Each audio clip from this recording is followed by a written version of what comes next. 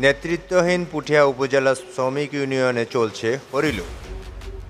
শ্রমিকদের ভাগ্য উন্নয়নের জন্য তোলা চাঁদা কোথায় যায়, কে খায়, শ্রমিকেরা জানে না। পুঠিয়া থেকে তথ্য ও ভিডিও চিত্র পাঠিয়েছেন নতুন সংগ্রাম টিভির রাজশাহী জেলা প্রতিনিধি মোহাম্মদ রবিউল ইসলাম। জানা যায়, গত 5 আগস্টের পর পুঠিয়া মোটর শ্রমিক ইউনিয়নের নেতৃবৃন্দ রাতারাতি মোটর শ্রমিক ইউনিয়ন ছেড়ে পালিয়ে যায়।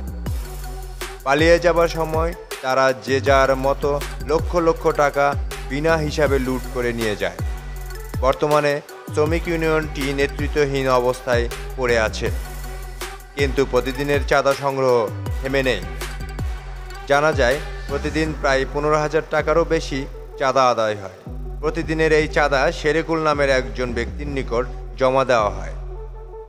এ বিষয়ে শেরেকুলের সাথে যোগাযোগ করা হলে তিনি বিভিন্ন কৌশলে ও কথার মারপ্যাঁচে টাকার বিষয়টি এড়িয়ে যেতে চায়।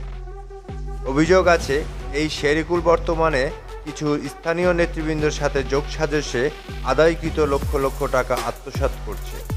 শেরেকুলের সাথে আলাপচারিতার গোপন ভিডিওটি দেখুন।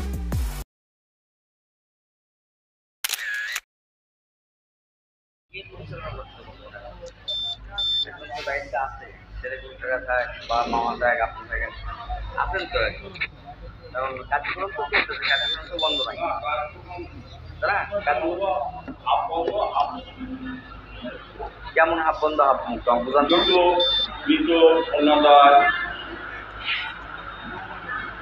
বন্ধ আছে আর রানিং যেটা চিকিৎসা শ্রমিকের যে সুযোগ সুবিধা আগে পাইতো এগুলো তো কিছুই পাচ্ছে না। একটা শ্রমিকও তো বলছে না।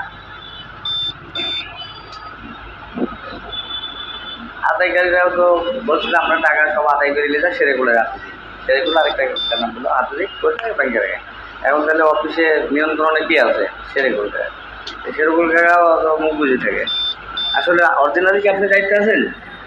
টাকা পয়সা সহকারী মানের দায়িত্বে থাকা ভুল প্রশ্ন। আমি সেটাই তো জিজ্ঞাসা করতেছি। তাদেরকে হেল্প করার জন্য এই লোক, তারা হলো অফিস কর্মকর্তা। কর্মকর্তা আলাদা জিনিস, কর্মচারী তাহলে ইনারা দুজন দায়িত্বে। এখন ইনারে ডিল করতে কার নির্দেশনায় চলতেছে? এরা এখন আগের কমিটির নির্দেশনায় চলছে না এখন বর্তমান যে অবস্থা হয় আছে সেই লোকের নির্দেশনা?